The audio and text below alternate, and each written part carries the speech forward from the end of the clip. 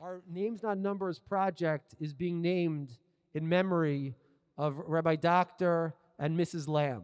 Rabbi Dr. and Mrs. Lamb were the leaders of Yeshiva University for over 25 years. In addition to the impact that they had, certainly in Yeshiva University as a whole, and I would suggest modern Orthodoxy as a whole, they had a very direct impact in inspiring this project, Names Not Numbers. And Mrs. Rosenberg, who created the program, gave me an article from Rabbi Lamb in which he passionately pleads for the need for Names Not Numbers for Holocaust education. I just want to say how happy I am at the remarkable, I was going to say genius, but the inventiveness of Mrs. Rosenberg. Names, not numbers. It's really very, very significant because the Nazis reduced the Jews to numbers. Who was the first one who gave a name? Adam. Who did he name? He named the animals. When he finished that, he had a wife and children, and each one he gave a name.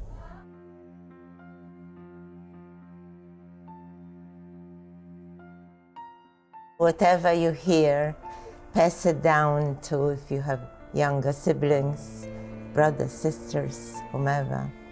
They should know what had happened. Until the trial of Eichmann, the Holocaust survivors felt guilty, ashamed, like victims, and they wanted the children to grow up a normal life and not to be burdened with those stories. There's something known as generational trauma. My grandmother, she wasn't a survivor. Her mother was, and the habits that she continued into her life, that's not something someone who had no trauma in their life happened. And she was raised in America. I want to be optimistic, but I find it difficult. My father was a terrible pessimist, and sometimes I thought he was off. And unfortunately, I think his pessimism saved our lives. I think that very easily it could be another Holocaust here if you don't watch out. I think this project is an opportunity for us to leave our mark, not just in the school as we're seniors, but to leave our mark on the world. People were silent for too long. By the time they started to react, it was too late. A society which doesn't learn from its past mistakes is doomed to repeat them. When you have a personal experience with someone, you actually have a chance to have them in the room, it becomes real. When that becomes real, it makes a lasting impact on you. And if you want it to have an impact on you, you have to make it personal. The name of the project, Names Not Numbers, what it means to me is connecting with the overall history of the Jewish people. They had names then and they still have names. They were called by numbers then, so now to be able to talk as people and just to show that they were still people then is very important. We hear the number 6 million a lot. A lot of times we put survivors into a category of they were part of a number. 6 million unfortunately died and however many survived. Each one that survived and each one that unfortunately passed away had their own story. With Hashem's help, it should never, never happen again.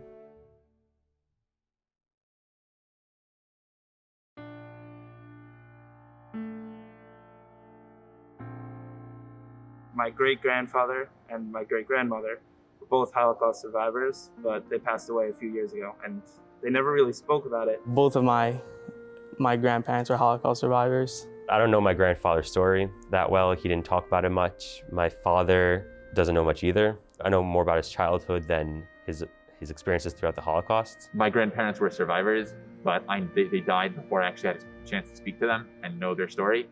I previously spoke to a Holocaust survivor when they came to my middle school to give a big speech. Many of my relatives went through it. My great-grandparents, which I spent most of my life living with, both of them are survivors of the Holocaust, and both of them have told me many stories about it. I have a lot of interest in the Holocaust, and it's something that's very personal to me.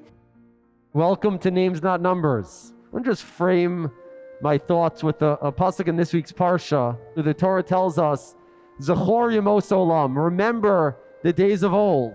Sha'al avicha v'yagedcha, ask your fathers, ask your ancestors, and they will tell you. Today we had the introductory session of the Names Not Numbers program. For this project, we interview a survivor from the Holocaust. It's also about learning interviewing techniques and how to operate a camera. We film the interview and we edit the interview and make a documentary about it. I've always been interested in Holocaust studies, even as I did Names Not Numbers in 8th grade in YCQ too, so I've always been very interested. The goal of Names Not Numbers is to transform history to memory. Memory is an active part of your life. It's something that you feel as if you experienced it. This project is about educating today's younger generations through survivors, because this is really one of the last generations who's going to be able to hear directly from Holocaust survivors about their experiences. The events of the Holocaust are something that's supposed to be etched in our minds as a people. How do you create a collective memory when you weren't there? How do I remember events that I didn't experience when I wasn't there? I chose to do this project in order to connect myself with people who have previously lived and try to go through what they experienced, to try to understand what they went through. I feel like I have an obligation to know what actually happened, and on a personal level, and not just, allow it to fly by as, another time when Jews were killed and hunted, but rather like we have to live through that memory and know exactly what they went through. We have to experience that. You make it a part of you, it becomes as if you were there. Rabbi Khan gave a speech. He talked about the importance of carrying on the Jewish history. It is now exactly 75 years after the end of the Holocaust. 31% of all Americans believe that 2 million or fewer Jews were killed in the Holocaust. Among young Americans, 66% of them could not identify Auschwitz as a concentration or death camp. It's showing proof when it comes to people that deny the Holocaust that it's real. They're sharing their story.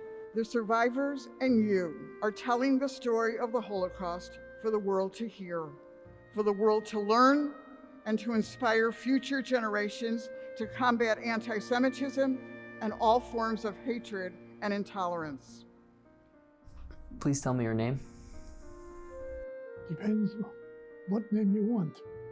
In the beginning of Names Not Numbers in MTA, we saw videos done by past students, and I was proud that the MTA students were able to do such a great job and have such great interviews, but I also felt a little bit intimidated because I knew that my interview would be compared to theirs and to all other interviews that were done, and it made me feel like, what if they don't do a good enough job? It's going to be a great year. I know from last year was my first year doing this, it was a really transformative experience for everyone that did it, for myself, and for all the students that were involved. It's a unique kind of experience that you've never had probably in your school tenure so far. It's very much a more hands-on learning. Between the filming and the interviewing, I would say I'm definitely more excited about the interviewing because it's really learning directly from the survivor. By doing this program, I get a chance to honor what it is they were never able to speak out, and I can help bring it out so that to help other people understand what it is they had to go through.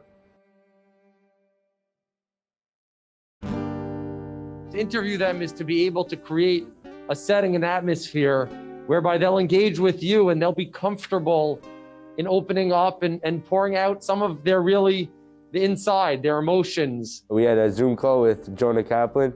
He's a news reporter. Thank you, everyone. Chag Sameach. I think it's still the morning, so I could say Boker Tov. It's great to see you in the classroom. It's great to see all of you joining us on Zoom from your homes. I welcome you to my home and my guest room. He taught us specific questions on how to interview people.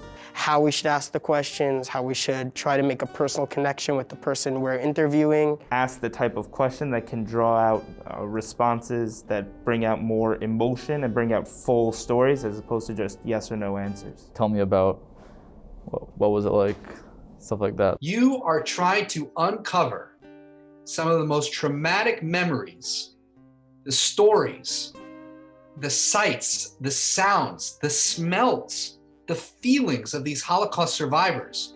It would help us when interviewing the survivors, not just asking about what was happening, but specifically how they reacted to it and what their specific story was. So this is an interview. We had Hurricane Florence 2 years ago in North Carolina. I want you to pay attention to the questions and pay attention to the way, this is a woman I just met, by the way. I only met her maybe 5-10 minutes, okay? So let's watch this together. The biggest thing was asking open-ended questions, hearing their story and all the small details that you'll never think to ask, trying to capture the emotion of the interviewee so you can really feel that. It's important to be professional, just be yourself, and just show who you really are. You're gonna be getting like a profile shot. I really had never used the camera before. I didn't realize it was so complicated just to get like a regular shot. There's all these things that go into it. What's wrong with the framing here? It's not in the middle. Too centered. Now, which way is he looking? Okay, so right now he's looking over there to the computer. Let's see, put him here. See how we've created that negative space. We've created that lead room. Kind of gives the impression that there's something he's looking at. That's how we're gonna be framing our survivors. Today I learned about the rule of thirds, how you want to position your subject in the right area of the frame. You go like this, and he's still looking that way. You have the negative room kind of behind him, so this it acts like a wall. You want to make sure that the person is in like the right part of the frame of your shot. As I started filming more, it got easier to figure out what to do. Well, I learned filming techniques, all sorts of different ways to frame the shot, how to correctly focus, zoom, where to put the camera in order to maximize the effect of the shot. On the face, you can see that it's not focused. You can't see the hair. Gotcha. The art style and the techniques are very interesting because you're trying to capture not just an emotion, but an entire moment and trying to share that with someone else. Not that cool. So I think I will explore filmmaking maybe in the future. I think it was very exciting and interesting and something I'd never done before, and I think something I'd want to do again. I mean, after learning it from Garrett, I felt pretty comfortable filming. My group and I received our biography on Mrs. Grunwald, and we sat down, we wrote questions. We wrote questions based on her life before the war, on her experiences during the war, after the war, and like lessons that we could take from this and things that could apply to nowadays. I think it's very important to have interviewing skills because they build on your communication skills. We had sessions before the interview to help prepare us with Elliot Fuchs, and he taught us about how something like this could have started and what led to the Holocaust in Germany, and to make people hate their neighbors so much that they were fine having them put off into separate living areas and to just disappear some days. One of the questions that I had going into the program was, I never understood how so many Germans could have done something so gruesome and killed so many Jews, but going to the museum helped you gain perspective on the Holocaust as a whole, and seeing the rise of Hitler and the rise of the Nazi Party, it really helped me gain a new perspective on the Holocaust. They had some walls from the concentration camps, and then the electric wires going through the entire wall, and something to really see it in person was very powerful. There was a pair of children's shoes that had the socks stowed inside them exactly as they were when they took them off, not knowing they were going into the gas chambers. But I just was very moved by that. I didn't realize the detail they put and the effort they put into effectively killing Jews and just destroying them. And it was just a terrible experience to see that someone can hate an entire race so much that they can spend every second of their lives thinking, how can we kill them better and what's the best way to murder them and destroy them? Nervous. I've never had a full conversation with a survivor, especially about the Holocaust. It's different to actually talk to someone who went through it. It's not just a picture on the wall, it's a real person. Reading a book, you can learn the facts, but you can't internalize it and feel the pain that they went through. The only way you could do that is by interviewing and hearing their story directly from them. When you're told by a person what happened to them, it becomes real.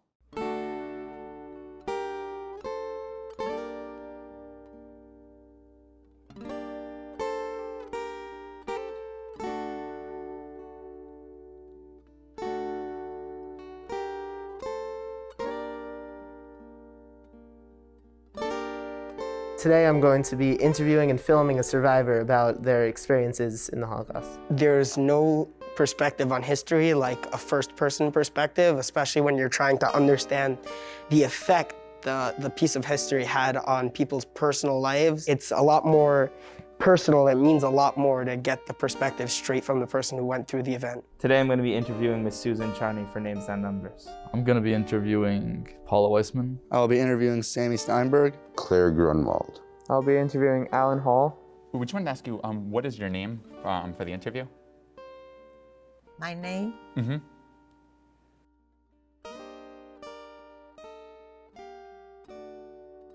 Ruth Gruner. I was born in Poland. My name is Paula Weissman. I was born in Czechoslovakia in 1929, July 27. My name is Claire Grunwald. I was born in Debrecen, Hungary in 1932, January. I was born in Krakow, Poland, which is southern Poland, in 1935. I'm Susan Charney. I was born in Hungary in 1938. My name is Sammy Steigman. I was born in a city called Czernowitz.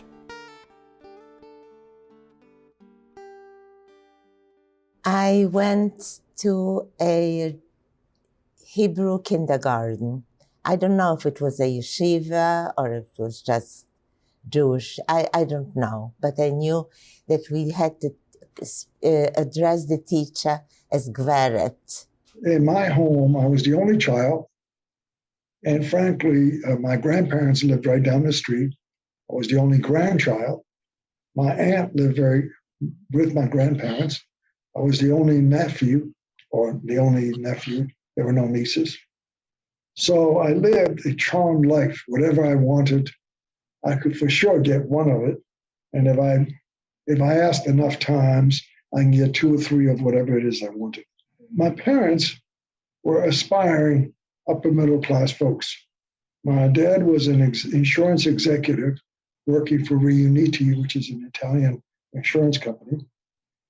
And my mom was a professional violinist. There were no money issues.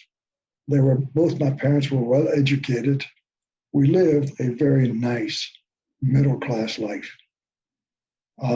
My dad could come home and play tennis with my mother. It was a medium-sized town. It was Jewish people living on the main street, and the side of the town was farmers, and we were there till 1944. We were sort of middle class. We had what to eat, which is, in Hungary, when you were poor, there was no welfare. Then you didn't eat, you starved. Debrecen was a big city. There were 4 Jewish schools. And I went to a Jewish school. It was right across the street from where I lived. We were 6 sisters, 6 siblings. Hungary was part of the German alliance. As much as it was difficult and there were a number of anti-Jewish laws passed, we were living what seemed to be like what one would call a more normal life. My own family, which is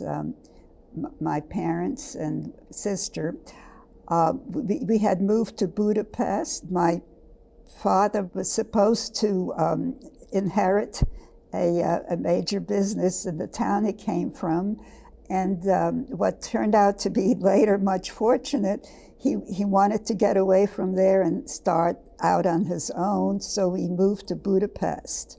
Shortly after I was born, so I must have been a year or 2. My father served in the cavalry in the Romanian army. That part of Romania was part of Austro-Hungarian Empire, and Franz Josef was revered by the Jewish people.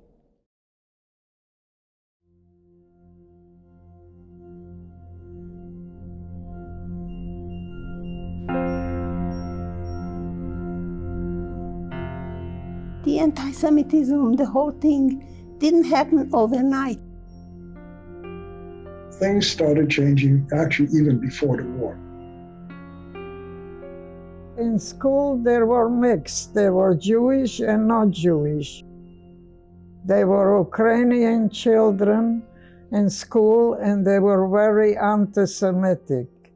They would make remarks that the Jews killed Jesus. And I used to go home, I used to tell that to my parents, and they said, don't pay any attention. They're just children. But I was so afraid of them. Every week, a chaplain came to the school, and he was talking to the children about the Jews, how they killed Jesus. It was terrible because going out on the streets and the kids would tell you, are you Jewish? And if you said you were Jewish, they would beat you up. And there was no police that would protect you because the government itself agreed with them. Although my father had a textile business and it was Aryanized, which, as you may well know, meant that you had to be given over to a non-Jew. First, there was, you couldn't do business, then you couldn't hire a non-Jewish person. Then you had to wear a yellow star. In my building, there was a maintenance man, a superintendent. His daughter was just about the same age as I was. And we would play at her apartment. We'd come upstairs and play in my apartment. We were nearly constant companions. And one day I noticed her mother looking at me in kind of a scowling way. And all of a sudden she says, get out of here, you Jew. Get out of here, you dirty Jew. I don't want you in my apartment. I was shocked. In Poland, there was always a covert anti-Semitism. But that was the beginning of the overt anti-Semitism that we first experienced. Eichmann came in and he devised a plan of how to very efficiently divide Hungary in different sections. We were in Budapest, and there was a sudden declaration that all Jews had to move, and they had to move into a particular section of Budapest. And it was a strange declaration in that it also was promising the Aryans who had to move that they'll be compensated for having to do this great sacrifice for the sake of Hungary, that this was going to save Hungary, that the Jews are moved into a special section. My father tended to be somewhat of a pessimist. They had already devised some plan not to move into this special, I guess the ghetto that would have been, these were marked houses as Jewish houses. The Jews from Debrecen were told, don't worry, you're going to a work camp, everything will be fine, everything will be good, and you're going to survive, and everything, and just go peacefully. And that's what we did. My father was taken away to work camp way before us. My mother was left alone with the 6 children, and she had a cousin who lived in Transylvania, and because my mother was originally from Transylvania, and they had no children, and they said, please, let her just live with us. And it's not that my mother wanted to give it to them, but it was, she had her hands full with the 6 of us, and she was a little sickly. And so my mother let Goldie go live with them.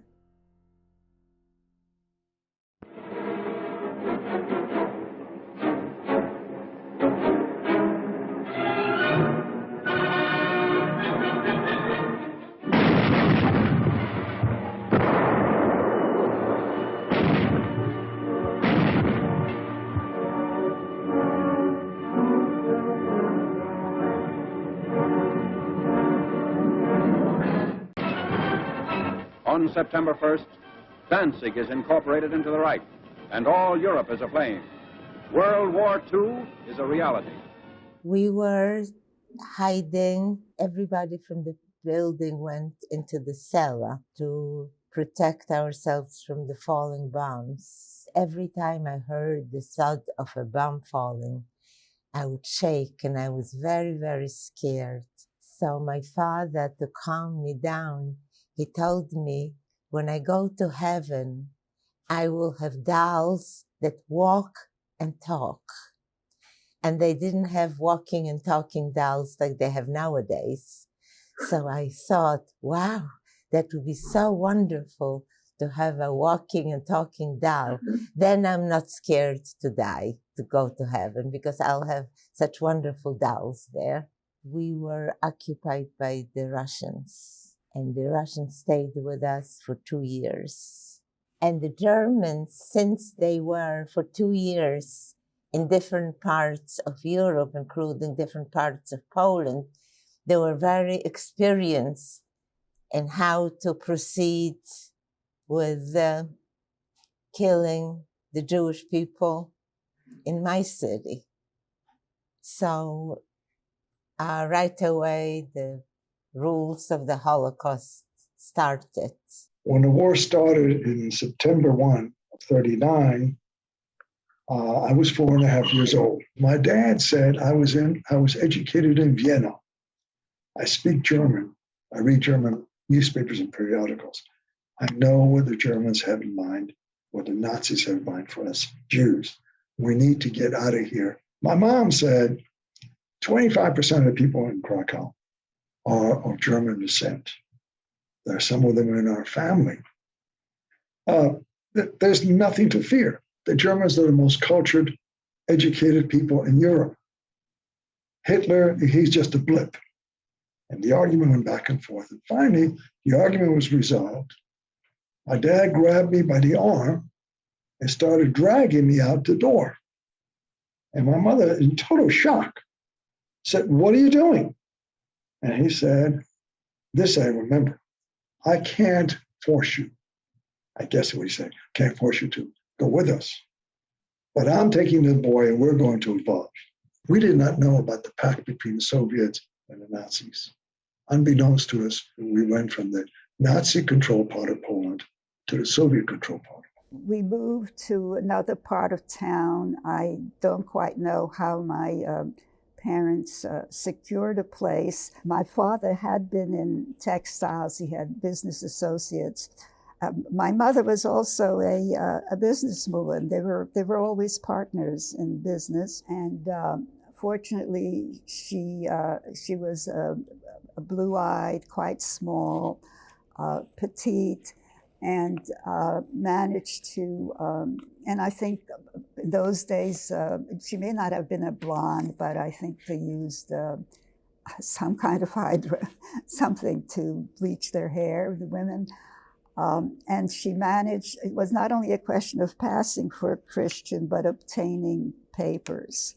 And she also was able to secure some kind of papers for me. My father, which I remember because I couldn't make any sense of it at the time, he underwent surgery for his nose, but I couldn't understand what was happening to him. I think I may have been like 4 or 5, and he was just lying on the bed and groaning, and I was used to seeing him. He was always a very active person. He would swim every day. And there he was lying around, and I could not understand, why he did that to his nose. And it was under this kind of cover that we moved to this other part of town.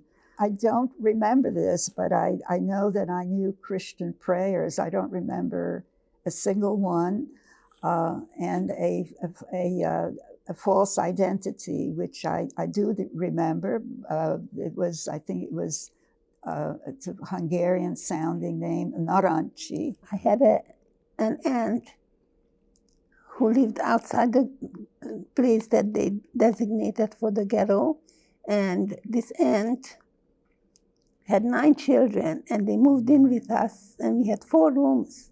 Well, we stayed in our own apartment, except there was a family of 10 on top of us, So we slept on the floor. My mother had a duvet put down on the floor, and all the kids slept on the floor, and the grown-ups slept on the beds. It was difficult to find food But my mother was very smart. Somehow we always had what to eat. And a lot of people starved even then in the ghetto. And we managed.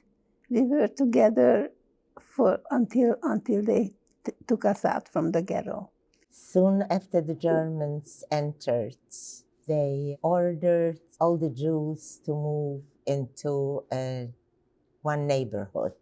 We were 3 people and the neighbors were 4 people. So we were 7 people and they found only 1 room that we were to share. We have to leave our apartment, leave everything in the apartment, and we had to go and move to another place. So we had no choice. We took 1 suitcase and then we went to where we were supposed to go. And you can imagine our shock, and we found another family there already. A few days later, a 3rd family arrived.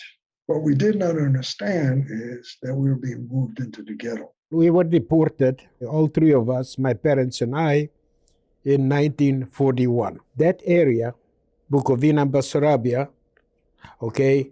was annexed by the Romanians. That's why we were deported by the Romanians and not by the Germans. We were deported to a labor camp, and the name of the labor camp was Mogilev Podolsk. Life in the labor camp was not easy. A lot of people were worked to death, beaten to death, shot randomly, starved to death. A lot of people died from disease. Being very young, I was subjected to medical experiments. When my parents and I were deported, I was only 1.5 years. Obviously, I have no memory of that period of time. Well, not far away from the camp, there was a farm owned by Germans. So since I don't have the details, they did not really talk to me about it. It's an educated guess that they worked in the farm and whatever the guards and the SS told them to do. In a labor camp, for practical purposes, if you survived, you were a slave. Akcja is the Polish word for deportation. So the first akcja was in my city, was for children. My father, after taking the door of the bathroom, he covered the opening with a sliding door closet. And he made the back wall of the closet also slide. So Henny and I crawled through the closet into the bathroom. I saw a shine of a flashlight from the back of the side of the closet. I thought I got so scared I couldn't breathe. I felt like my heart was in my throat. The first time that I was so very scared, but the light disappeared and more footsteps, back and forth, and quick footsteps. After which my father opened the door and told me and Henny that we can come out. I was the very first child taken.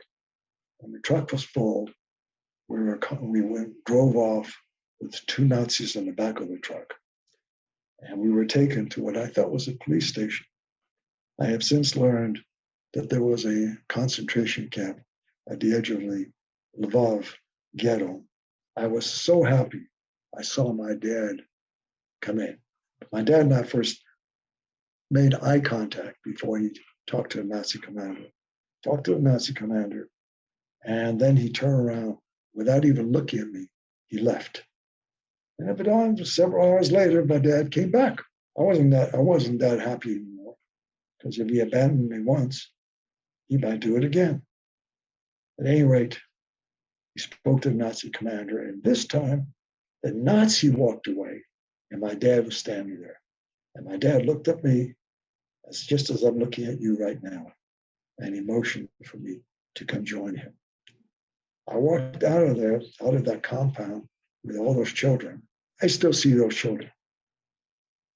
And I have always been sure that I was the only one that survived from that group of children. I remember the parents were talking about Passover soon is coming because the weather was warmer.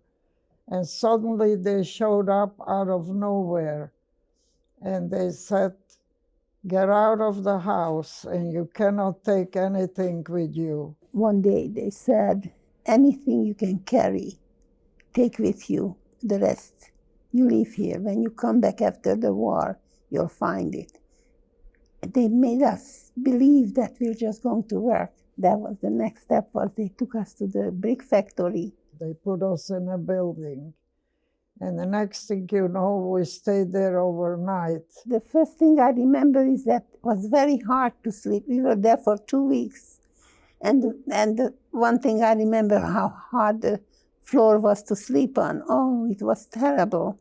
And not only that, there were a lot of people there who took their own lives, a lot of suicides. And the next morning, they took us to a cattle train. From there, they took us into wagons. You had to climb up, it was quite high, and was so full with people. There were 80 people in the wagons. And we were pushed together with our packages, with everything. We were my mother, the 5 of us, my 4 sisters and I, my Aunt Helen, and my grandfather and my step-grandmother. We didn't know where they were going. Nobody had no idea. I was lucky because we were in the corner and there was a tiny window up there. And I was standing on top of the packages and looking out the window. I never saw a mountain before. And I never, what I remember from that horrible 5 days in the wagons, not the hunger, and not all the people, whatever. I remember the sunsets. A day, maybe later, we wound up in Auschwitz.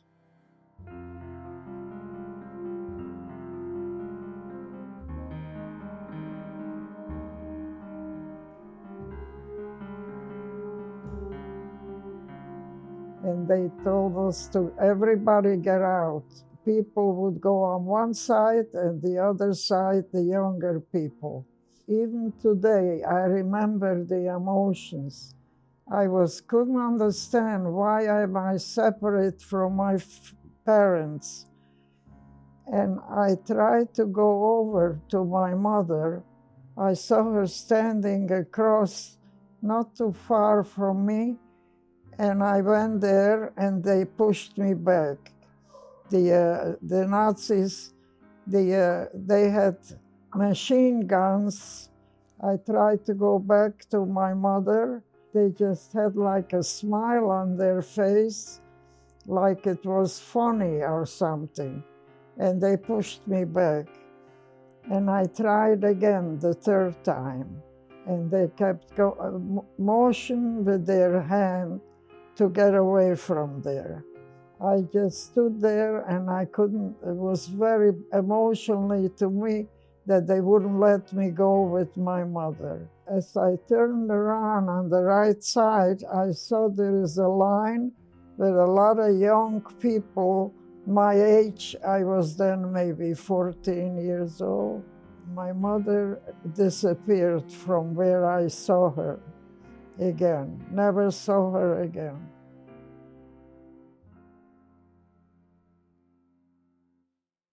When we went to Strasshof, it was us, my Aunt Helen with the 7 kids, and another big family with 9 children, and we were picking peas. We were there for about 2 weeks, and then after that they took us to Mosbierbaum, which was an oil refinery factory, and then from Mosbierbaum later on, they took us back to Strasshof, but not to the Durchgangslager.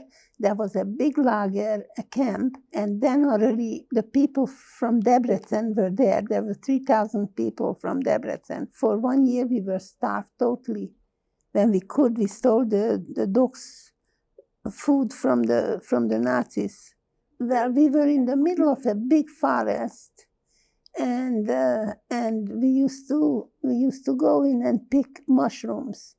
And those mushrooms saved our lives. If you will ask any survivor, how come you're still alive today?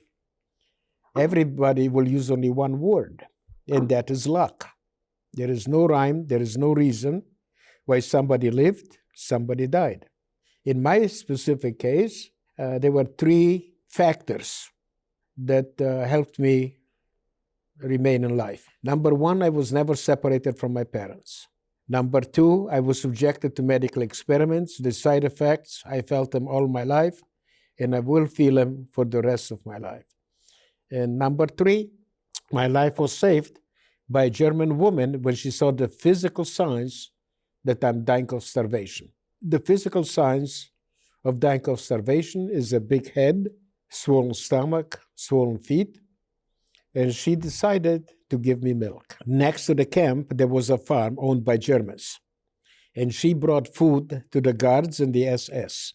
She felt that it was necessary to do the right thing for the right reason.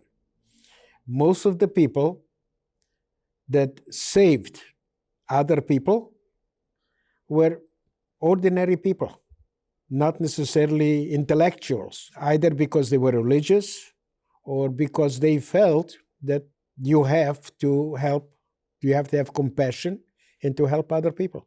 People like her that saved strangers are called the righteous among the nations. You have to understand the courage of people that did that, and I specifically do not use the word Jews because they saved other minorities. The only thing I can say is that she did not risk only her own life. She risked the life of her entire family. I kept thinking that maybe this is not real, that this is that I'm dreaming. This was so unbelievable, and nobody talks about it. Everybody's looking at each other, and they're all, you're so hungry. All you think is where you're gonna survive the next day. You don't think of a week or later, nothing. No. And then finally, maybe a week later, they announced on the loudspeaker one day when we were online, who wants to go to Hamburg? And I raised my hand and I said, I want to go. 200 people, I think. They put us on a truck and they took us to Hamburg. They said we have to build buildings for the Germans because they were bombed out. The city was all rubble. Somebody was cooking a soup, and we used to go and get the soup, but we had no utensils. So we used to look on the ground and we would find a broken something from a can or something. And we used it and we took the soup. I happened to talk to somebody there, and she had a number too. And I said to her, we're getting soup every day here, but we don't know where it came from. She says, could you do me a favor? We switch the uniform and I'll go there and you go where I go. I would like to get some soup. So I didn't know the name, so we switched the uniform, the number.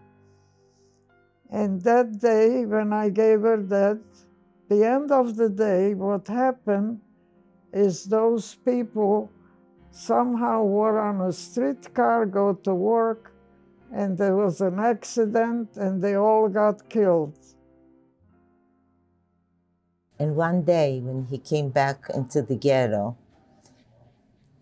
from work, he told me and my mother that he met a lady, a Polish Christian lady named Mrs. Szczygieł, Irena Szczygieł.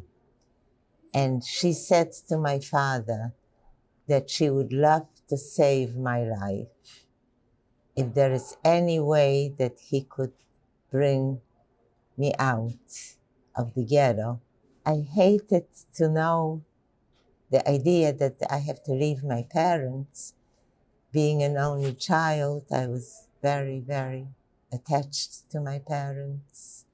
But my mother told me that she hopes that I will survive, and hopefully they will survive the war and we'll see each other again. and I should go. I shouldn't cry. My father put me under he wore a winter coat. So he put me under his coat and he told me to hold on one of his legs. And this is how I walked out of the ghetto. The guards at the gate did not see me. There was a young boy working in the building. My father asked the boy to go to her house. She changed her mind about taking me because she realized that if I would be found in her home, she, her 3 daughters, her mother who lived with them, and her husband would all be killed. But I was out of the ghetto, and the boy told her, so she told the boy that she will come and pick me up. Then they wanted to take us to Theresienstadt. Theresienstadt was a real terrible place where people died of typhus and everything else, if not by the Germans, by all kinds of illnesses. And they put us in the wagons again. My aunt was very brave, and she said there was one wagon that there were only 28 people, and all the other wagons were 80 people. And my aunt said, let's sneak into other wagon where it's more comfortable. My mother said, Hashem put me here and I'm staying here.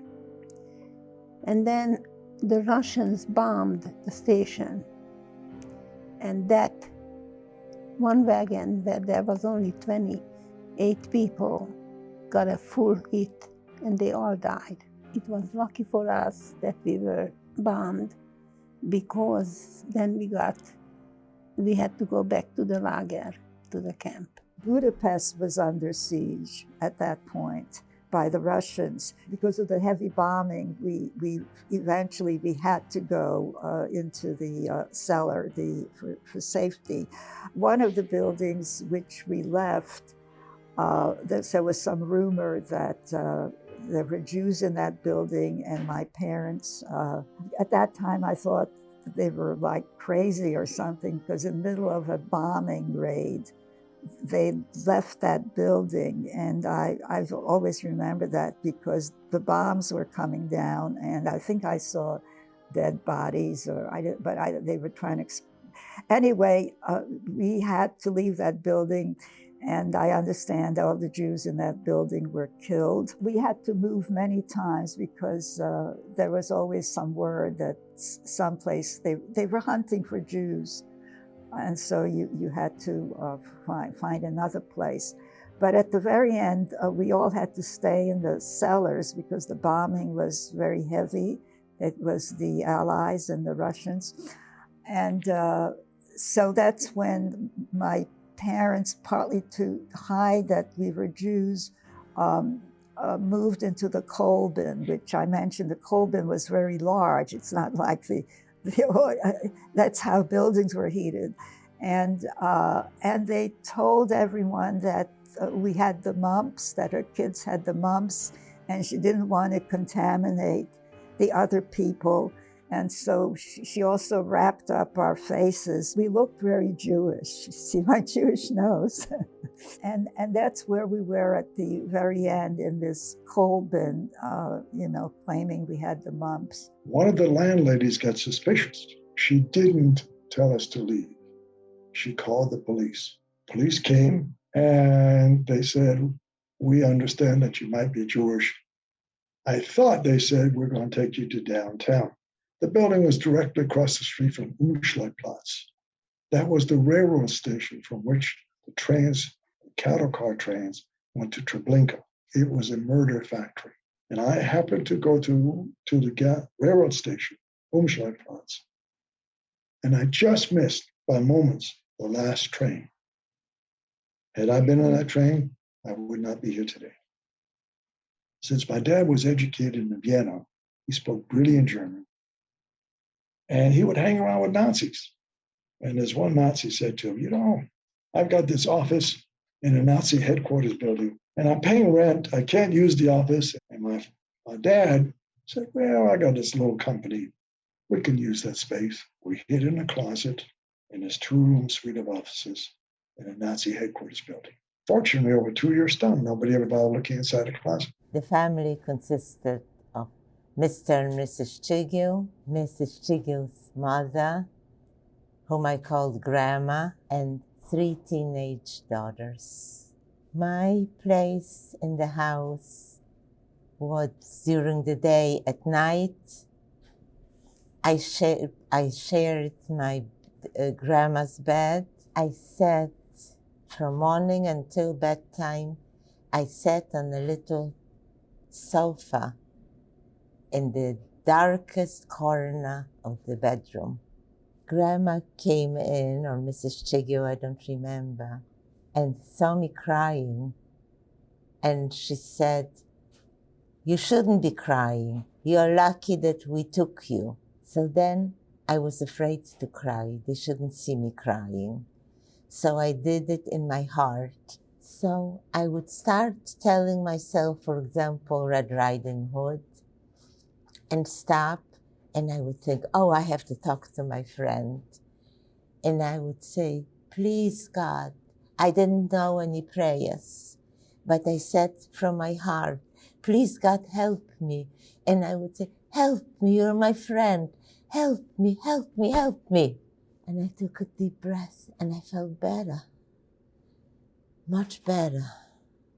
So I rested a minute and I went back to finish my story. Well, when you're talking about faith, it played a very important role for a number of survivors. People that believed, that had faith, a number of them were able to survive. My first memory is not of the camp, of the Holocaust. My first memory is of the war. I had a nightmare that lasted for a very long time. I was on the corner of a building. It was pitch dark. The only light that I saw, the only sounds that I heard were from the explosion. For whatever reason, I was stark naked. And I felt that I am in a void. There is nobody there to help me. I was all alone. Although I lived in a loving family, my parents dedicated their entire lives to the 2 children. I had that feeling of being in a void for a very long time. As a matter of fact, very seldom did I associate with children my age. I normally associated with teenagers and with adults because that gave me the feeling of being protected. A number of people, they wanted certain things by helping other people. I do not blame them. I do not judge them because they risk their lives. It's not my role to judge them. But just to give an example is for a loaf of bread, my father gave away his winter coat. So he and my mother, in addition of fighting to survive, they had to fight, and to help me survive. During the day, I heard the planes bombarding. They would announce, and the German people would go in a shelter, but we weren't allowed to go.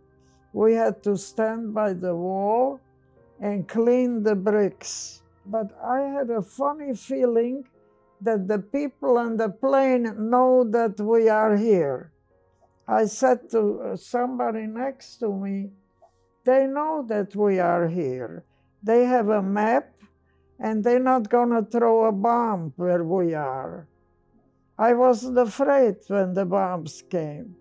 And some people were frightened because all day long the bombs came, then they left. Then they came again 2-3 times a day.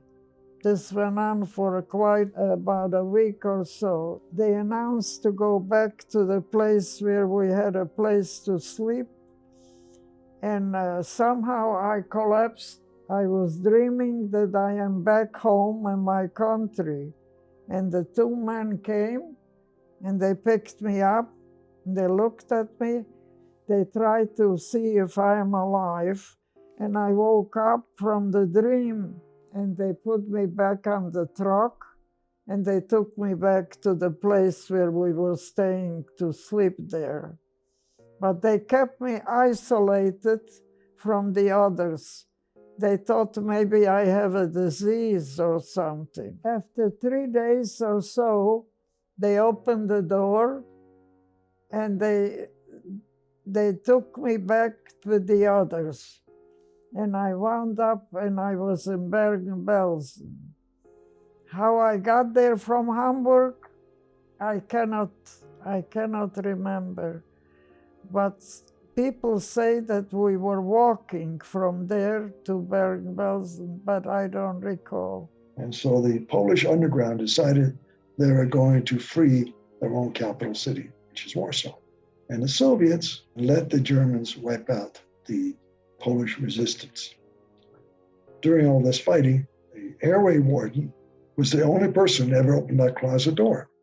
Saw us there, he said, "Oh, you have to go down to the air raid shelter." 2 years ago, I for the first time saw a photograph of that building right after the war. To my utter shock, the very place that we hid, I'm talking about the exact place, there was a gaping hole where some sort of munition struck that spot. Had that man not insisted we go down into the air raid shelter, there's no doubt we would have died. We were in that basement perhaps a day, and the ground shook, and the next thing we knew, we couldn't see anything. We couldn't breathe. Imagine like somebody was gassing you. And so everybody's coughing, choking, falling down. What happened was a huge bomb penetrated that entire building all the way down to the basement and landed where we were. Had that bomb exploded, we would have been not killed, we would have been vaporized. There would have been nothing to bury. The bomb land was probably about 30 or so feet away from us. You know, I was a kid. I wanted to take a look at the bomb. I wanted to touch it. Of course, everybody just about panicked when I reached out to it. Because we did not know what would set it off. We and everybody else left there for various other places. And we went to another bomb shelter. And there, for me at least, something really terrible happened. And that was, they separated my mother from me. And when I say separate, maybe 20, 30 feet. My mother went to what used to be a coal bin, and I went to the basement. There was a sheet that was hung at the edge of the coal bin, and my mother realized immediately my panic was. And so and every once in a while from the other side, she would say, "Everything's okay, don't worry, you're fine, I'm fine." And she would periodically reassure me. And so after a while, that sounded to me like a cat screeching. And only to find out those were the birth cries of my brother being born.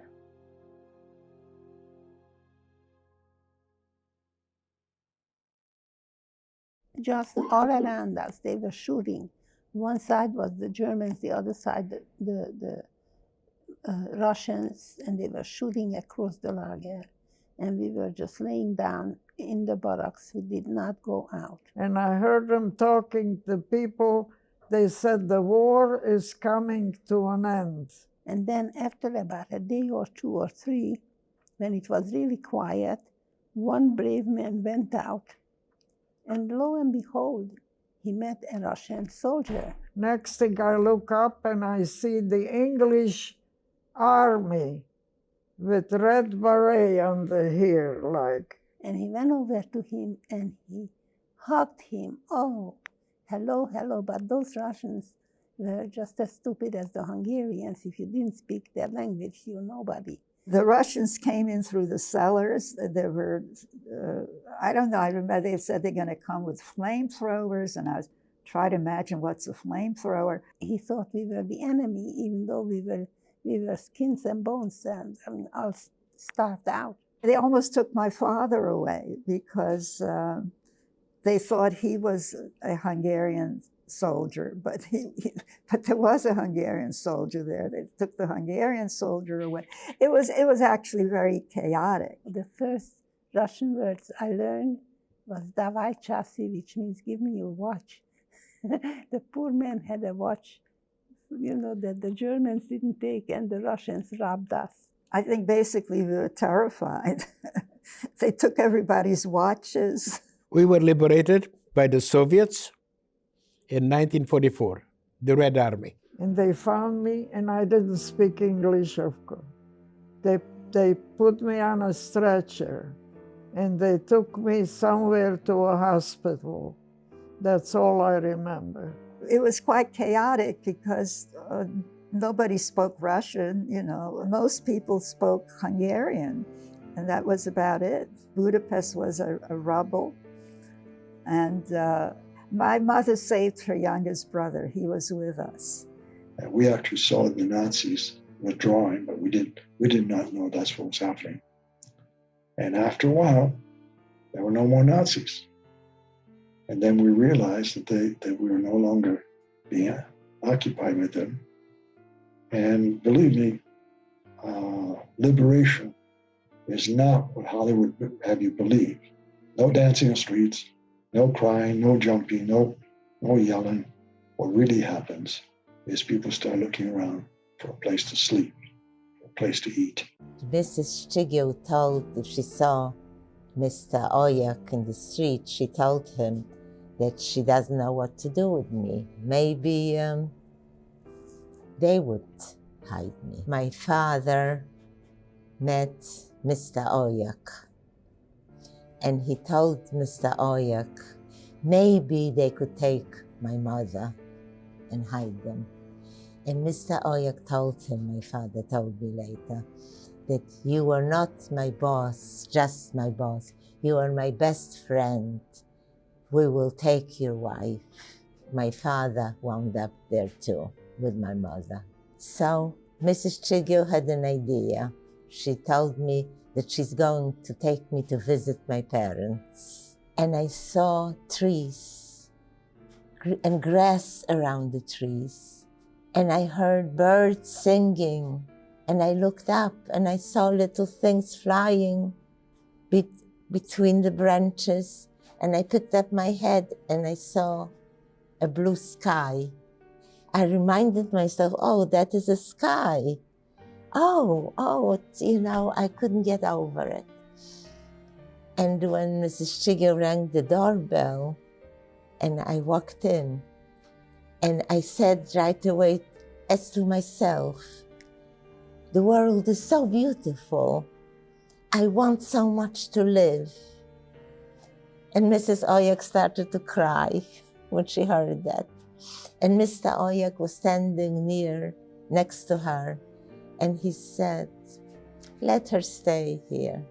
It's the same death for us if we're hiding 1, 2, or 3. Not many words can say it was wonderful to be reunited. And I stayed hidden with my parents for, I don't remember how many months, until we were liberated.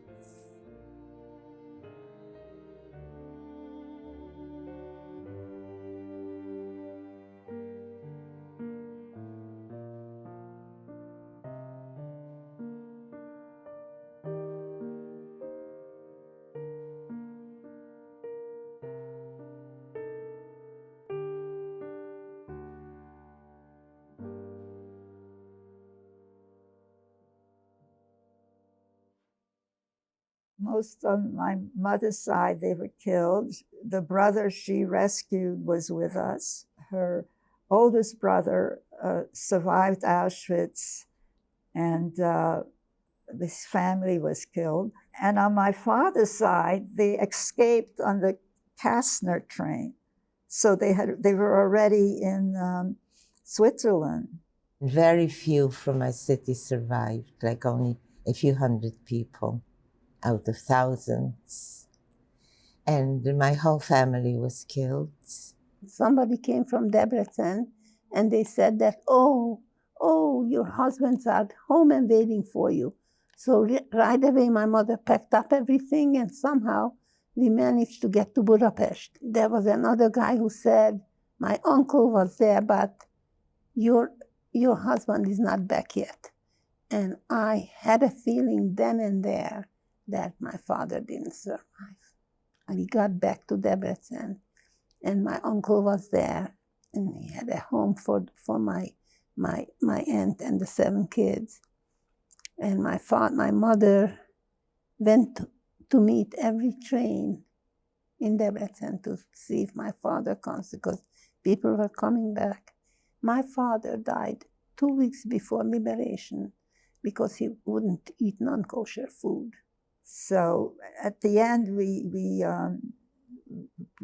had very few people left, and you had to kind of deal with that, and then you had to find a way to earn a living. After we were liberated, the whole family went back to Romania. My sister was born on her way to Romania in 1946 in a city where Elie Wiesel was born, Sighet. They announced, where do the people want to go when they leave here?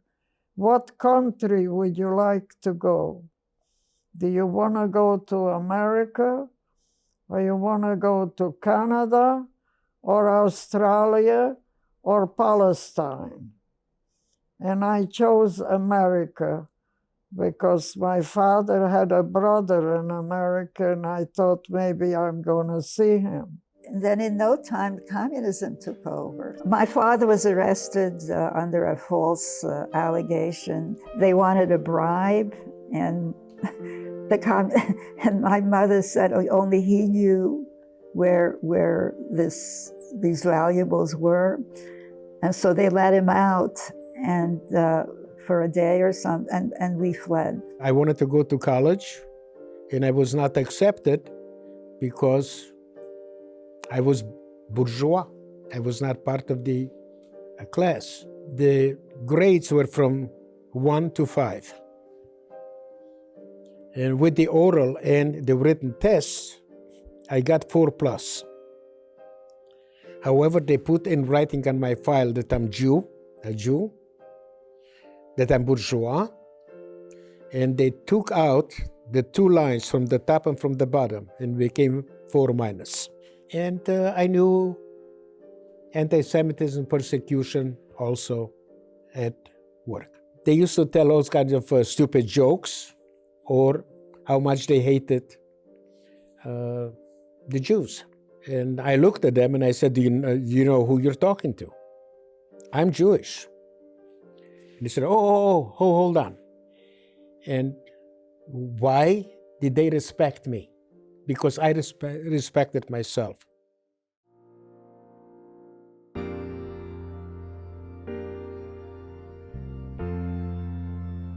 My father somehow got together with other Jewish people who formed a society, and they arranged for money to have us transported to Krakow, a city in Poland, where we wouldn't have the Russians.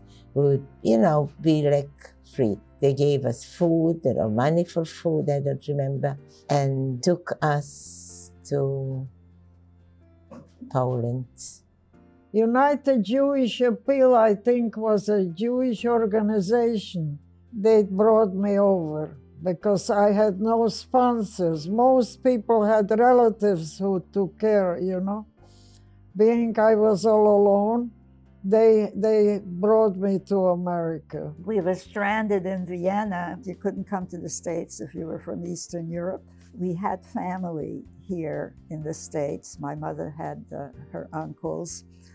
And even while we were in Hungary, they were trying to make arrangements. We wanted to get to the States. And eventually they were able to secure papers to come to the States. My father applied to go to Israel in 1949, and we received the visa only in 1961. We had to wait 12 years to get the visa. When I came to Israel as a Holocaust survivor, okay, I came home, our own homeland. They took us back to Paris, and then we had to wait for quite a while. They decided that we were going to immigrate to the United States, and my dad had these two brothers here. And so, believe it or not, my mother secreted the diplomatic passports that my dad and my mom had. And so we had the passports, but the problem for us is to get transportation. It took us about 5 or 6 months to get a flight, and the flight was from London to New York. I was in Germany for 4 years, and I learned my trade among the Germans. My mother couldn't see me sitting there doing nothing, and she found in a beauty salon I learned how to be a wig maker, and I happened to be the best wig maker in America. We were on a merchant boat. It was not a luxury, but it was some kind of a boat. And the main thing I remember is I was sick. They put me in a hotel somewhere in Manhattan. I got a job in a Jewish delicatessen in Manhattan, 72nd Street, called Fine and Shapiro. Germany is very, very clean. I came to America, I said, oh, I've never seen so much filth. And we lived on the Lower East Side. My aunt, who came here on 38, she got us an apartment. Oh my God. We lived on a 4th floor walk up, but it was home. And then I got married in 1951. And that's the story. And I met a lot of people who were in the theatrical world. They were in movies and television. I met a lot of people, who were, yes. And I was so happy to be there. I was there for maybe 30 years. I was extremely happy when I walked on the street and I saw a Jewish policeman, which was unusual. And I felt free, okay, the first time that I felt freedom. At the same time, I volunteered and I joined the Israeli Air Force. I can't begin to tell you the emotion that I had. My words, I don't have sufficient words to describe it. Here I had lived from an ordinary kind of low light Europe before the war to a completely dark Europe during the war, no lights. And when we flew into New York, there's a sea of light. And that was my first impression of the United States. And then we saw the Statue of Liberty, and I had never heard of the Statue of Liberty, so I didn't know why everybody was rushing to look at this. I think I understood that we were safe.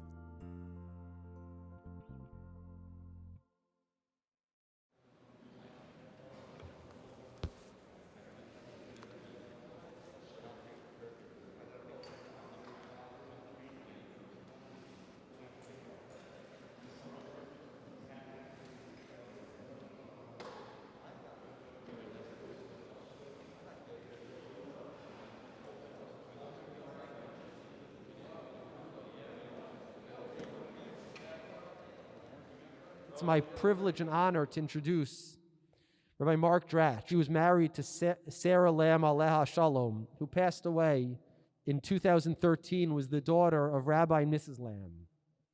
Thank you very much. Thank you for the invitation to speak to you and to participate in this very, very important program. The legacy of Rabbi Lamb to Yeshiva, where he served as president, as I said, for 26 years, Rosh Yeshiva of RIETS. Following that as chancellor, he lived and breathed yeshiva from the time he entered college until the day that he died. And it was this passion for all that yeshiva stood for, Torah Umada, the commitment to the world, and a commitment to the intellect, and a commitment to the neshama, and a commitment to Torah that animated him and all of those who were students in his day, and all of those who were students today at yeshiva, owe their learning and their education and ultimately their worldview to the work and the dedication and the contributions of Rabbi Norman Lamb, Zecher Tzadik Livracha. Thank you very much. One of the questions that people ask, and legitimately ask, is after such a tremendous tragedy, which is unimaginable for us here 70 plus years later, how can you have emunah in HaKadosh Baruch Hu? How can you really have faith in the existence of a God who would quote unquote allow such terrible things to happen to innocent people? And we may have times where we struggle with that belief system, and the Holocaust is probably the paradigmatic example. We have a word in Hebrew, two different words in Hebrew for the word why. When we ask why, we have the word lama and we have the word madua. Mado, what's this? Is usually projecting backwards. What caused this to happen? But sometimes the question why is not projecting backwards, asking what caused this to happen, but is rather projecting forward, saying towards what end, for what purpose. So I believe emunah in HaKadosh Baruch Hu tells us that we can't always answer the question, what caused this to happen? Madua, what caused this to happen? But we can ask the question, lama, towards what end? For what purpose? What are we supposed to take away from it? What are we supposed to get out of it? That question, I think, can be asked. And we can ask about a tragic event like the Holocaust. Towards what end? What are we supposed to do moving forward, projecting ahead? What caused it to happen? All kinds of theories. Why did Hitler, Yamach Shemo, hate the Jews? There's all kinds of theories. So emunah, so to speak, is the jump that we have to take when we can't figure out the answer, when we can't really explain it. If you could give any one message to my generation, or really any future generations, what would it be? Just have emunah in God and love each other.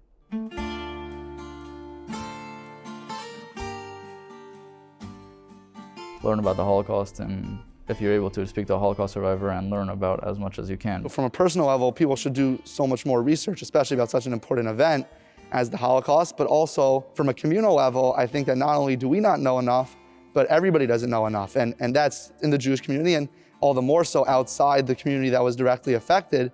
So I think people should contemplate how they could spread the lessons. I think I can learn a lot from it about how we need to treat all people with equal respect and equal rights. And we need to keep our eyes open to things going on around the world that may be genocidal and may be restricting other people's rights in other nations. Let's say something like Yemen.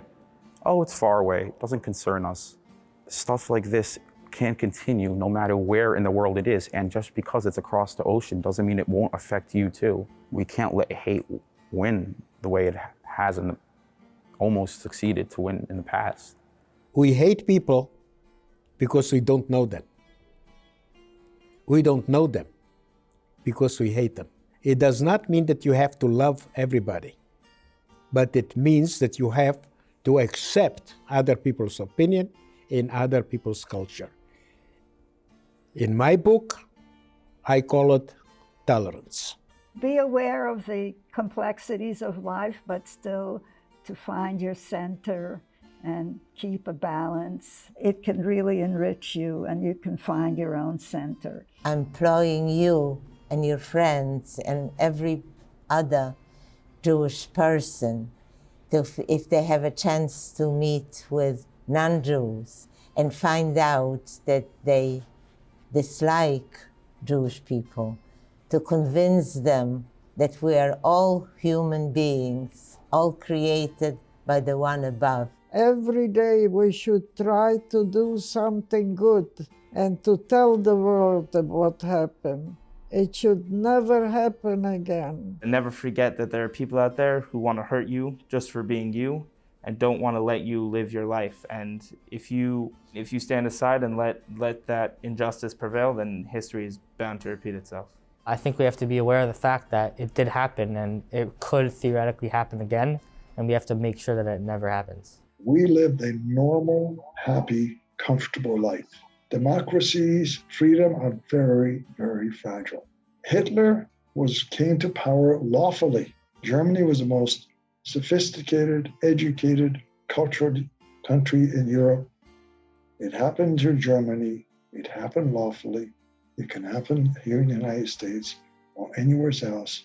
It happened to us. It can happen to you. Thank you. Because while I'm telling you the story right now, in this stage of my life, this is what I live for, to pass it on to the next generation. Thank you for the opportunity. Guys, do well. You can do anything you want to do. Just do it.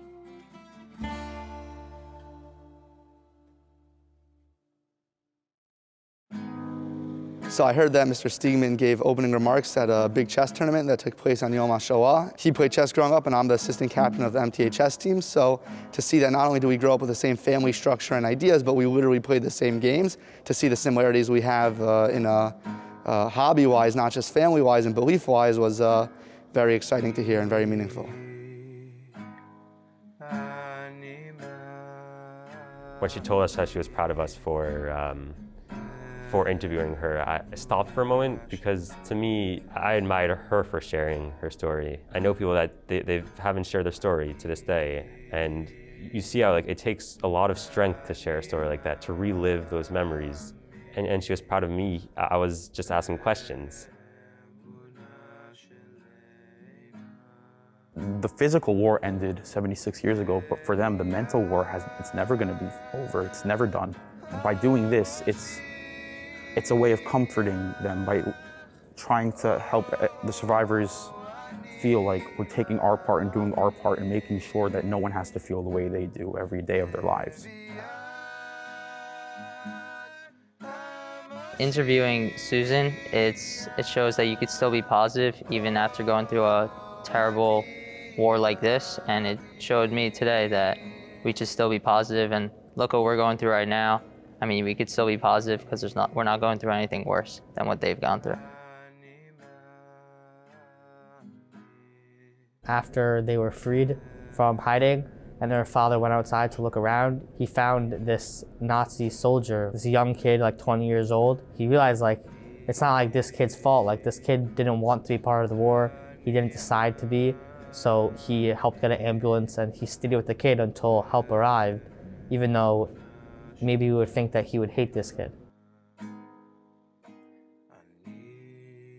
It's very important to be an upstander and not just someone who stands by and watches, but someone who stands up to bullying and who stands up to intolerance and racism and anti-Semitism in the world. As an upstander, it's my role to educate more people about the Holocaust and what happened throughout the Holocaust and how people's rights can be taken away by oppressive governments, and it's very important to learn. Hearing another survivor story helps me understand my grandfather's pain, what he suffered through when he was a young kid. So just hearing a survivor really helped bring me closer to my grandfather. I think my parents would be very proud that we're doing this project. My great-grandmother was a Holocaust survivor, and if I were to have told her that I was doing this project, first of all, she would have been very proud. But she would have told me that it's not enough to do this project. I have to talk about that I'm doing this project. I have to spread it. She told my grandmother and my great aunt always that Hashem is always with us, right? He saved me through the Holocaust. People should not take the Holocaust for granted, not take life for granted. And she'd asked me to send that message, spread that message around also.